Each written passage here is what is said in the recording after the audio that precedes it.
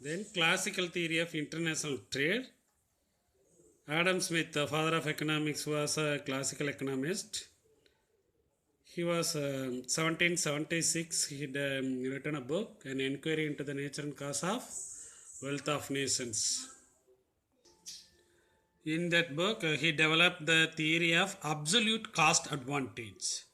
But it was David Ricardo who formulated as an explicit and precise theory, namely the theory of comparative cost advantage, which was later improved and refined by the economists like J.S. Mill, Keynes, Pastable, Taussig, and Haberler. We shall first discuss Adam Smith's theory of absolute cost advantage. Adam Smith cost advantage theory சொல்லியிருந்தாலும் ரிக்கார்டை வந்து அதை refine பண்ணி அதை precise தியரியாக மாற்றிருக்கிறாரு comparative cost அட்வான்டேஜாக. இப்போ ஆடம் ஸ்மித்தோட தியரியை காஸ்ட் அட்வான்டேஜ் டிஸ்கஸ் பண்ணோம். What are the classical trade தியரிஸ்ன்னு பார்த்தோன்னா mercantilism period during 16th century pre 16th centuryயில் பார்த்தோன்னா tax and us versus them, நாம் அவர்கள் அப்படின்ற ட்ரேட் இருந்திருக்கு. Second, other countries gain is our countries loss. ஒரு கண்ட்ரிக்கு கெயினாக இருக்கிறது இன்னொரு கண்ட்ரிக்கு அது என்னவாக இருக்கும், லாஸாக இருக்கும். அப்புறம் ஃப்ரீ ட்ரேட் தியரிஸ் பார்த்தீங்கன்னா அப்சல்யூட் அட்வான்டேஜ் ஆடம் ஸ்மித்தோடது, கம்ப்ளீட் பெனிஃபிட் அப்படின்னு தியரி. அப்புறம் ரிக்கார்டோவோடது கம்பேரட்டிவ் காஸ்ட் அட்வான்டேஜ் 1817 இன்ட்ரடியூஸ் ஆச்சு. அப்புறம் என்ன கான்செப்ட் வச்சுருக்காங்கன்னா specialisation of production and free flow of goods benefit all trading partners economies. ப்ரொடக்ஷனில் ஸ்பெஷலைஸ்டாக இருக்க குட்ஸு அப்படியே எந்த டிஸ்டர்பன்ஸும் இல்லாமல் ஃப்ரீ ஃப்ளோ மூவ் ஆகிட்டே இருக்கும், எல்லா எக்கானமிஸ்க்கு ஈக்குவல் பெனிஃபிட் கிடைக்கிற மாதிரி. அப்புறம் ஃப்ரீ ட்ரேட் ரிஃபைன் பண்ண தியரிஸ் என்னென்னு பார்த்தோன்னா ஃபேக்டர் ப்ரப்போசன்ஸ் ஹச்ஓ தீரம் பேர் ஹெக்ஸர் ஓகலின் 1919 இன்ட்ரடியூஸ் ஆச்சு. Then international product life cycle Ray வெர்னன்றவர் 1966 இன்ட்ரடியூஸ் பண்ண தியரிஸ். இது எல்லாமே என்ன தியரிஸ்னால் கிளாசிக்கல் ட்ரேட் தியரிஸ். மெர்கண்டலிசம் பீரியடில் எப்படி இருந்த கான்செப்டு, ஃப்ரீ ட்ரேட் தியரிஸோட கான்செப்ட்.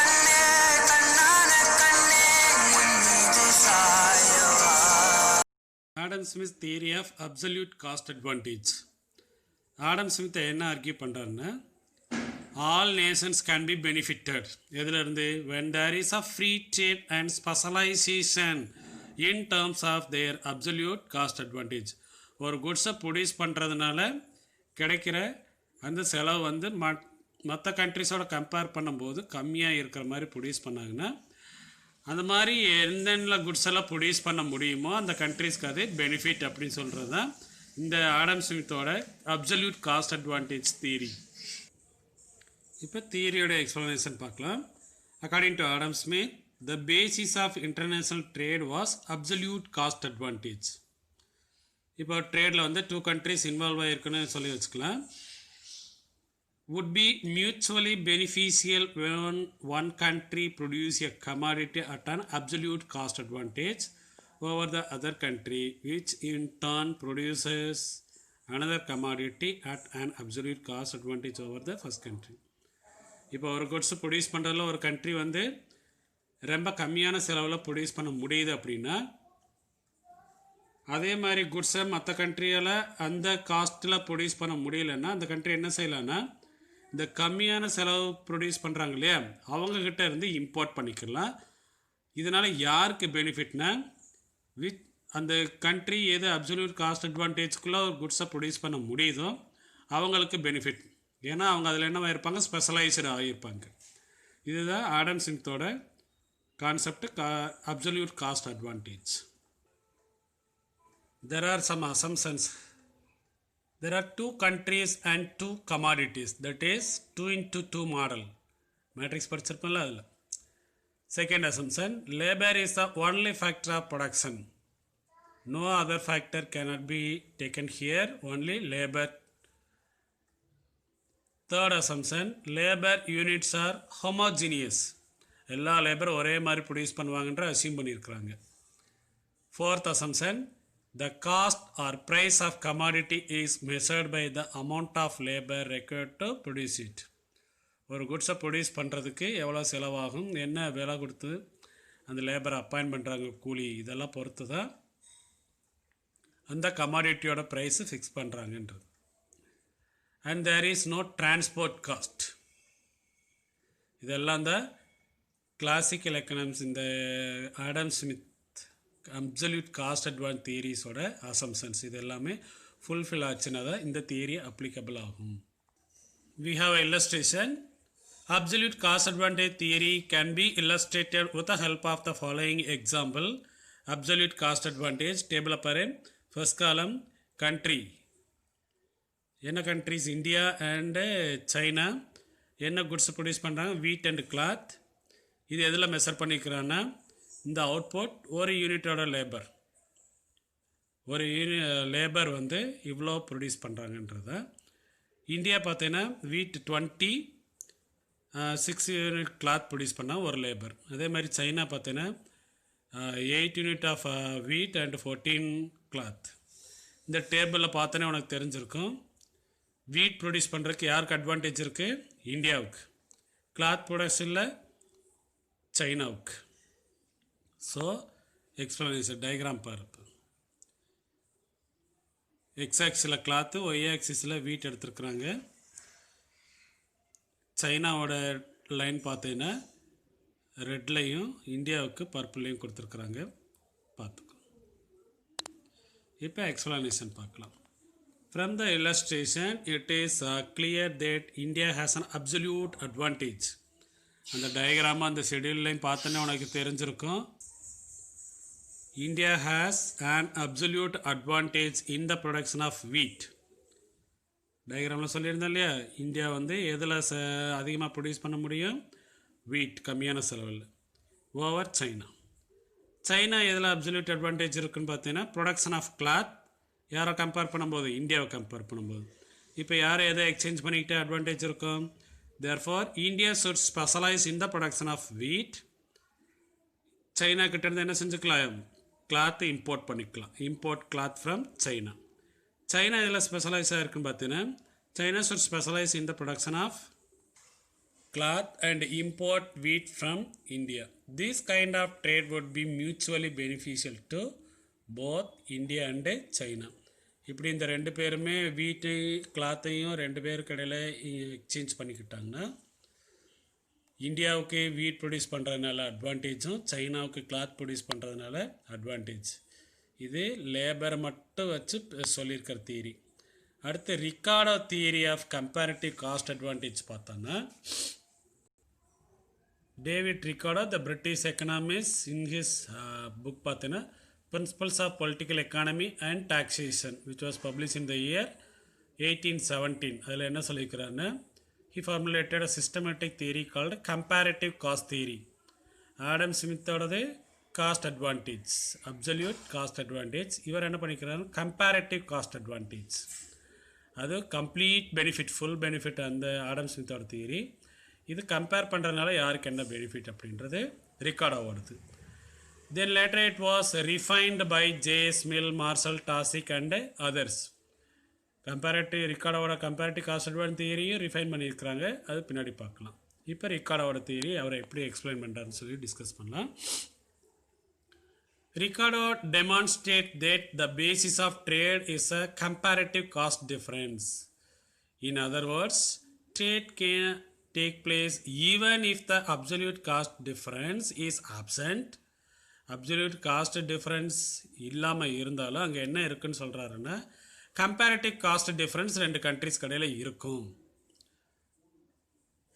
ரெண்டு குட்ஸை ப்ரொடியூஸ் பண்ணுறதுல டிஃப்ரென்ஸ் இல்லாமல் ரெண்டுமே ஈக்குவலாக இருந்தாலும் அந்த அப்சல்யூட் காஸ்ட்டில் இந்த அதில் என்ன இருக்கும்? கம்பேரிட்டிவ் காஸ்ட்டில் கண்டிப்பாக டிஃப்ரென்ஸ் இருக்குன்றத ரிகார்டோவோட argue. According to Ricardo, country can gain from trade when it produce at a relatively lower cost. இப்போ சைனாவோட கம்பேர் பண்ணும்போது இந்தியா எதில் அதிக பெனிஃபிட் கிடைக்கிது wheat.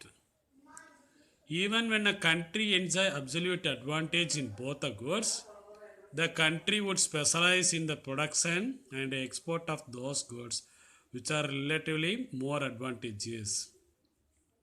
Similarly, even when a country has absolute disadvantage in production of both the goods, the country would specialize in production and export of the commodity in which it relatively less disadvantage. இப்படி அந்த comparative cost பார்க்கும்போது இப்போ ஒரு கண்ட்ரியால் எந்த குட்ஸையுமே அந்த comparative காஸ்ட்டில் produce பண்ண முடியலை அப்படின்ற போது அந்த கண்ட்ரி என்ன செய்யணும்னா எந்த குட்ஸை இன்னும் மற்ற கண்ட்ரியோட கம்பேர் பண்ணும்போது அதிகமாக செலவாகுதோ அந்த குட்ஸ் ப்ரொடக்ஷனை ஸ்டாப் பண்ணிவிட்டு எதில் லெஸ் டிஸ்அட்வான்டேஜ் இருக்கோ அந்த குட்ஸை ப்ரொடியூஸ் பண்ண அந்த கண்ட்ரிஸ்க்கு என்ன கிடைக்கும் அட்வான்டேஜ் கிடைக்கின்றது ரிகார்டோட ஆர்கியூ. இந்த தியரியிலேயே அசம்ஷன்ஸ் இருக்குது. இதே ஆடம் ஸ்மித்தோட தியரி மாதிரியே இருக்கலாம்.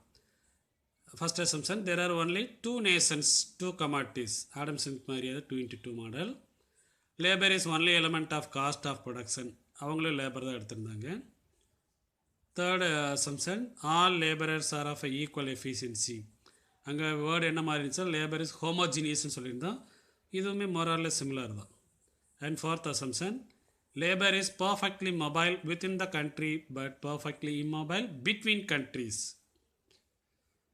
இந்தியாவுக்குள்ளே ஈஸிலி மூவ் ஆகிக்கலாம், மற்ற அதர் கண்ட்ரிஸ் போகும்போது தேர் ஆர் இம்பர்ஃபெக்ட் இம்மொபைல் அப்படி சொல்லியிருக்கேன்.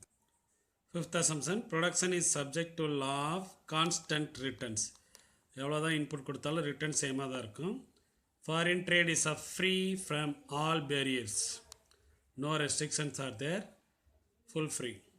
And no change in technology, no transport cost, perfect competition, full employment and no government intervention.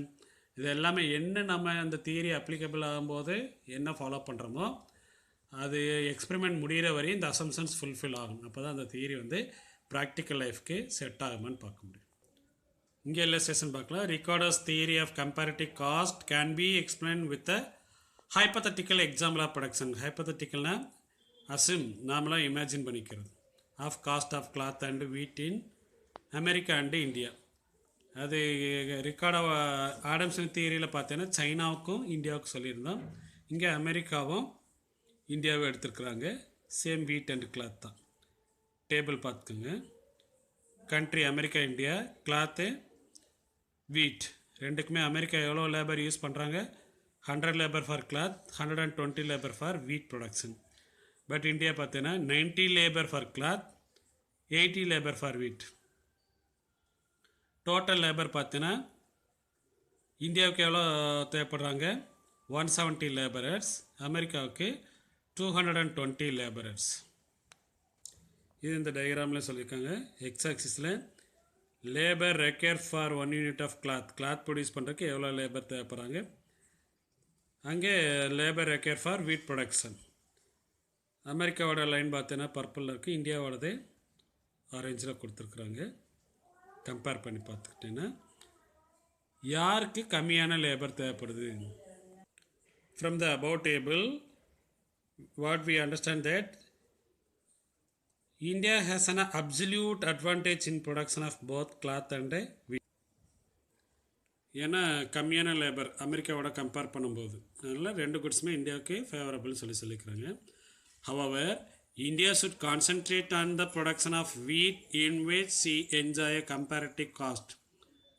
எதை ப்ரொடியூஸ் பண்ணால் இந்தியாவுக்கு அதிகமாக அட்வான்டேஜ் கிடைக்கும், வீட்.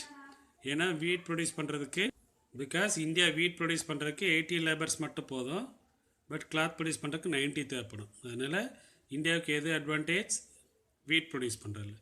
இப்போ அமெரிக்காவுக்கு பார்க்கலாம்.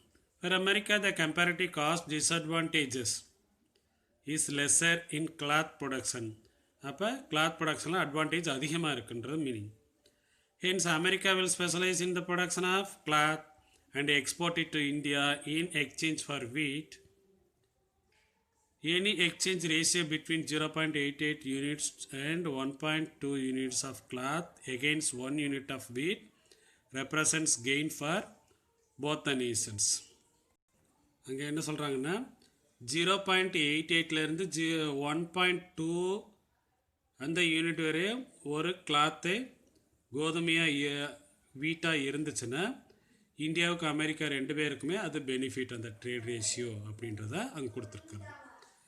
With a trade India can get 1 unit of cloth and 1 unit of wheat by using its 160 labor units.